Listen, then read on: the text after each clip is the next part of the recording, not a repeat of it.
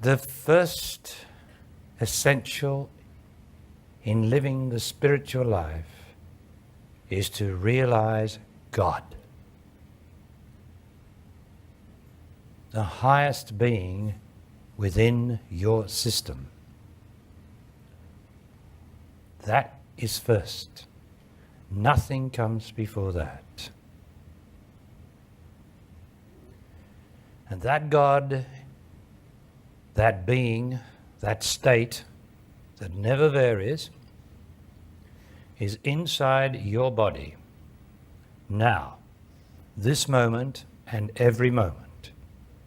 It is your essential state of being. And the first task, through all the endeavors of the spiritual life, through all the battles with the self, is to realize that simple, extraordinary state inside of you. Now, it is amazing how many people have written to me and said, you seem to think that God can only be realized by making love to woman. I've always stated that you don't need to have a woman or a man to realize God within, which is the first essential task of the spiritual life. Nothing else matters. Man or woman, nothing matters but to realize God. That's why in the beginning the spiritual life is often termed by everyone to be a very, very, very, very selfish quest. It is a very selfish quest because you've got to battle with yourself. And I want to say now, so that I don't get any more letters or misinterpretations of my great love of the divine truth of God within me, the one and only God, and nothing else matters, that the realization of that is essential to my whole life and my whole teaching, and that's where I speak from, by that grace. Nothing else. So I trust I've made it clear. But then, of course, the people that say that then talk to me about their love life. So why is it that I talk about man and woman's love and I'm the only teacher on earth, apart from perhaps Free John? Don't know much about him, but I know that he is busy with the love of woman. Why is it that everybody is concerned about their physical, worldly love between the two genders? Why is it? Well, the story is in my own life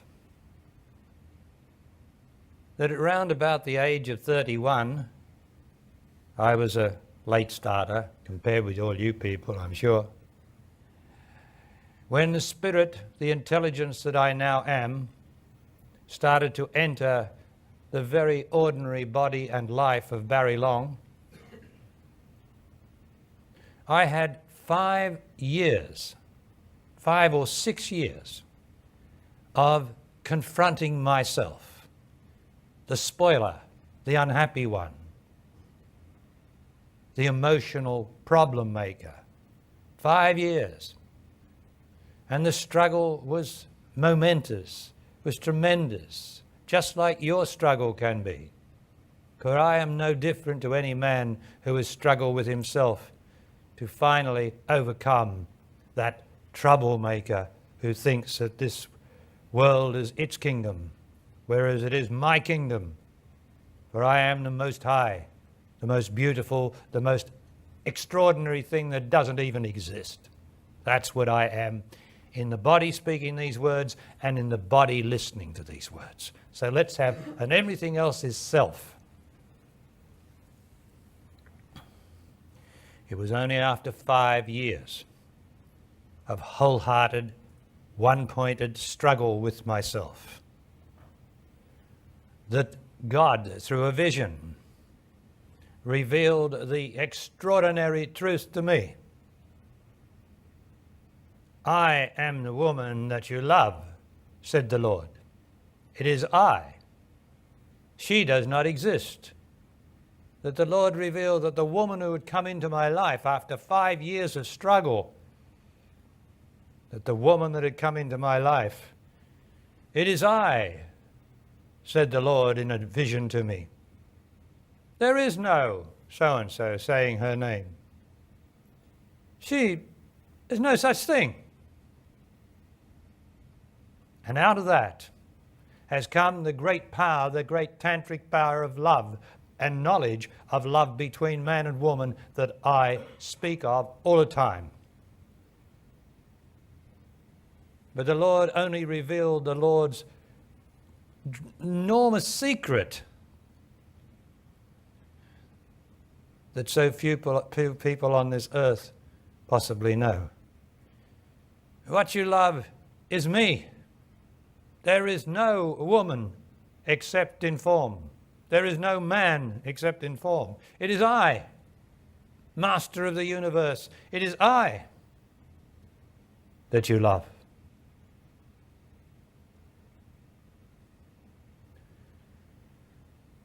But only because I had realized the God within.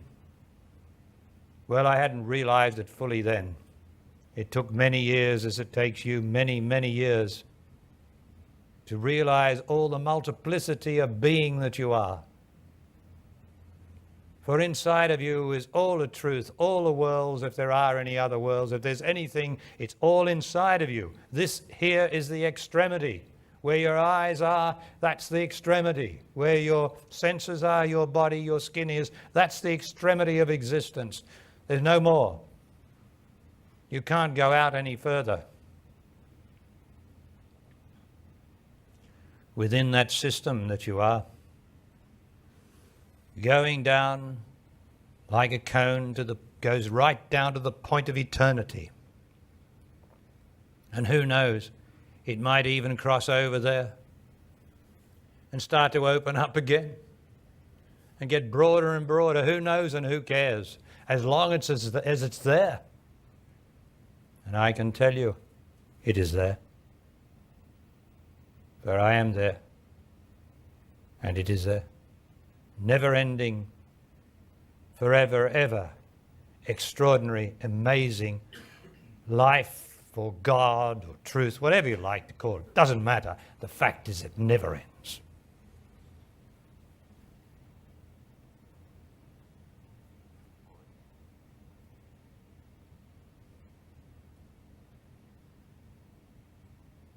So I am in a very privileged position, having been informed by the Lord itself of existence, that what is in the woman that I love, and therefore in the man that I love, if I'm a woman, or if I'm a man who loves a man or a woman who loves a woman, what I love is the Lord, who is androgynous, who has no gender, who is just some extraordinary, amazing thing, incredible just doesn't exist to our senses or our minds.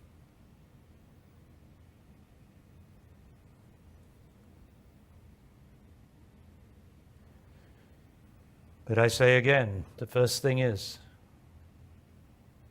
to realize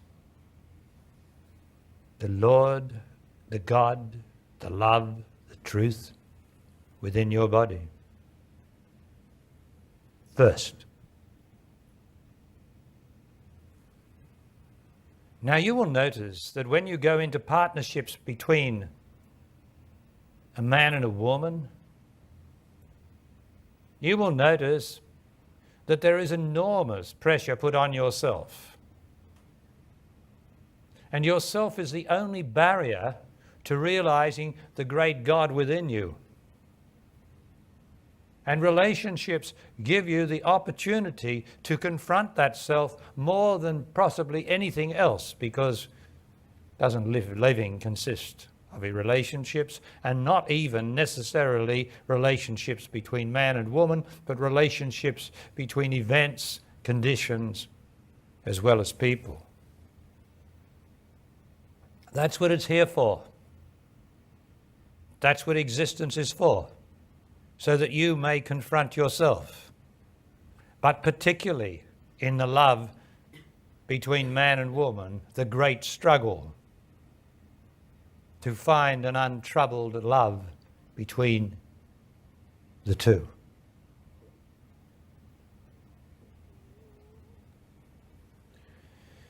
It does not mean that you have to realize the God within you first. It only means that that is the first task as much as possible, because when you're battling with yourself in your relationships, you are in fact removing the barrier to the realization of the God or Lord within you. So it's not two different processes. In the beginning, before you, even in the beginning when you have your first relationship, like I was with my dear first wife, and we were living an ordinary life, when the Spirit started to enter me, it became a hell for us both. But the Spirit started to enter me to confront me with myself in that relationship. It wasn't her fault. It was myself that I had to confront. And she was just a mirror for that. But in that relationship, and when that relationship ended, and I was with this other woman that I was telling you about, that the God revealed itself in, that and the struggle and the doubts and the fears of myself, the struggle with all that, that was purifying me of myself, so that I would eventually realize the Supreme Being, which I did several years later. So one does not exclude the other. It's just that when the other comes first, as it did with me, and I had to struggle with myself, but still in a relationship, mind you, with my first wife, eventually I loved God so much through that struggle of those 5 years that God came in the form of a woman. Well, what other form would it come in? Only a man for a woman, or a woman for a man, so that I might confront myself more and more and give up myself for the sake of love.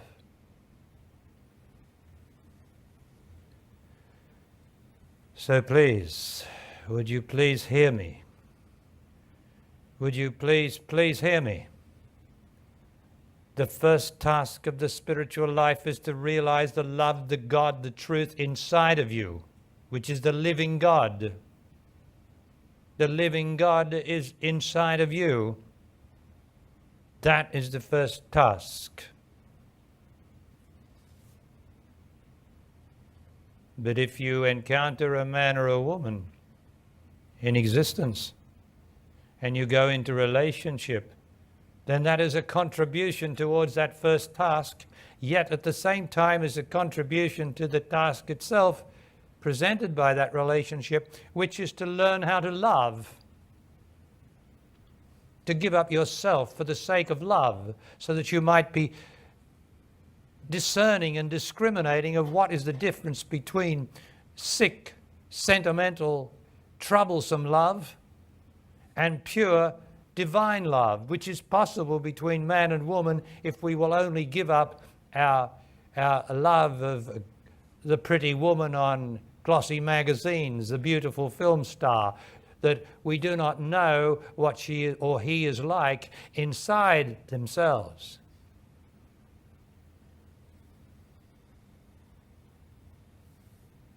We do not know. We have to have the discernment in a relationship before it even begins where I come from, to know whether there is love here, whether there is sufficient love of God.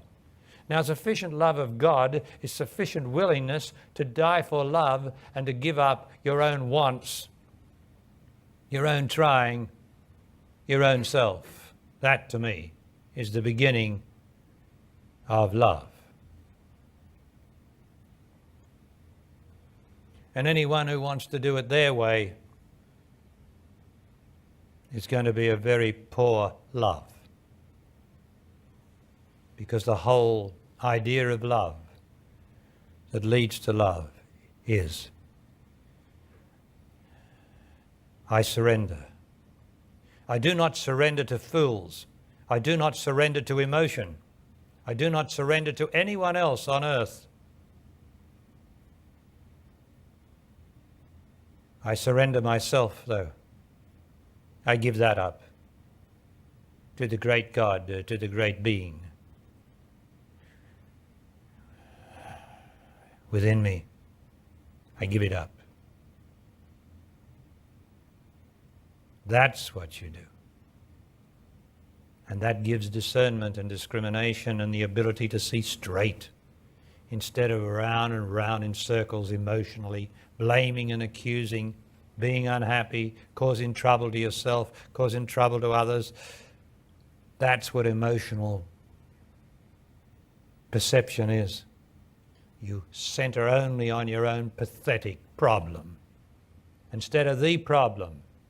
Every bit of emotional pain that I have is my penetration of myself, the hitting up against the armor plate of myself that wants something different to God and rightness and truth and love.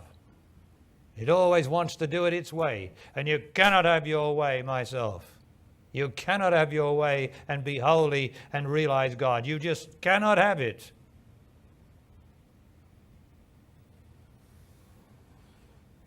But then yourself is the guardian of the threshold to pretenders, to intellectuals, to people who think they can do it through reading about it instead of living it. The self will never let you cross the line. It will always be there to plunge you into unhappiness, to think about suicide, to think that you're finished, to break your heart. Your self will always be there, stronger than you are because you're not one-pointed enough. You don't love truth enough. And it will withstand the intellectual pressure, and it will put pressure on the intellectual until the intellectual thinks they're going to go mad with the burden of your own self. That's the good of the self in the overall scheme of everything. You shall not pass unless you are one-pointed and unless you love me enough. Not just love me. Oh, how we all love each other. How we all love to say it. How I've heard it so often. Oh, but we love each other, but we have problems.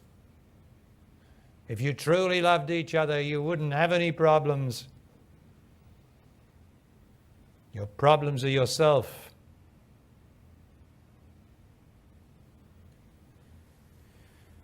And you must give up yourself. There is no other way. But apparently in the New Age, and when I look through the magazines, there's so many ways to God. And I'll tell you the only way.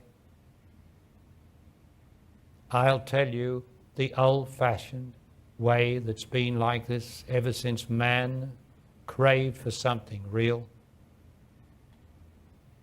The only way is to die to yourself.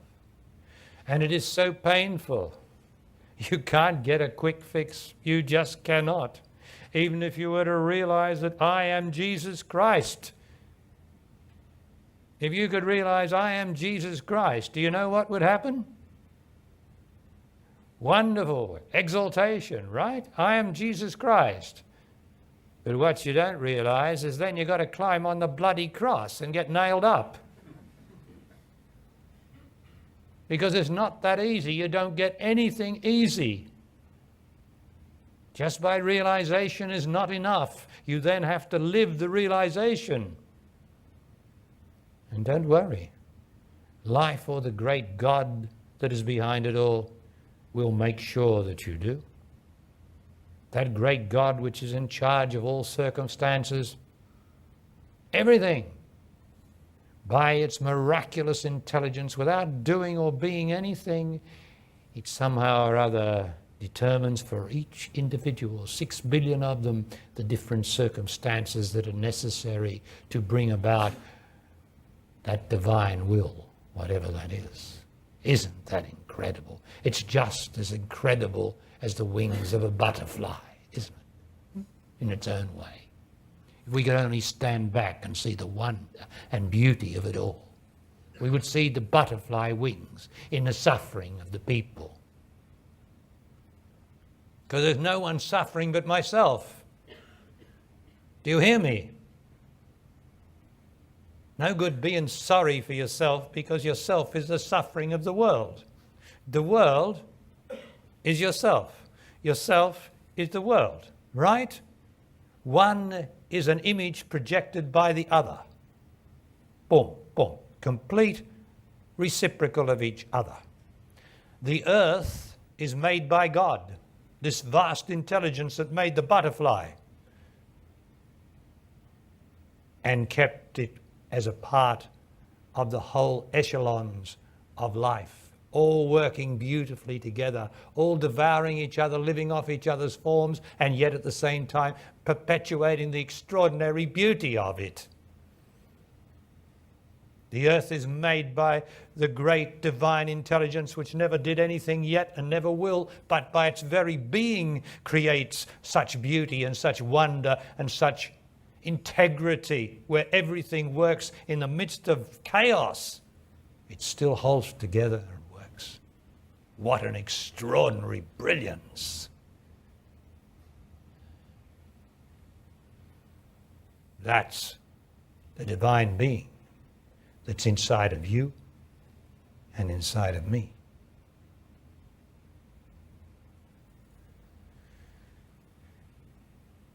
That is the earth in all its beauty, its floods and its droughts, its rain and its pounding waves and storms and all the rest of it, and its dying birds and its dying men and its dying women. Oh my God, what an extraordinary chaotic situation, and yet it all comes together. It's all wondrous. But imposed on the earth and imposed on that beauty of life and death which has to be, to keep the cyclic nourishment and purity going, imposed on that is the world, made by man and woman and their dreadful selves. You and I made the world. You and I made all the suffering that I've spoken about. You and I made the child die. Die? Yes, because death is only a reflection to someone of pain. The mother of the child weeps and cries for weeks or months, afterwards for years. Why? Because of herself. That's why we weep and cry for the dead. It is our self weeping and crying that knows no truth. For the truth is that death is necessary. It wouldn't happen if it weren't necessary. For God's sake, everything that happens is necessary, surely. Or what are you going to tell me is necessary? Only that you win the lottery and that you don't lose. Everything that happens is necessary, or it could not be. It is because God, the knowledge of God, has been buried under ourself, under the world. And everything must die. Even if it is my child, it must die if it must die. If it mustn't die, it doesn't die. You get it?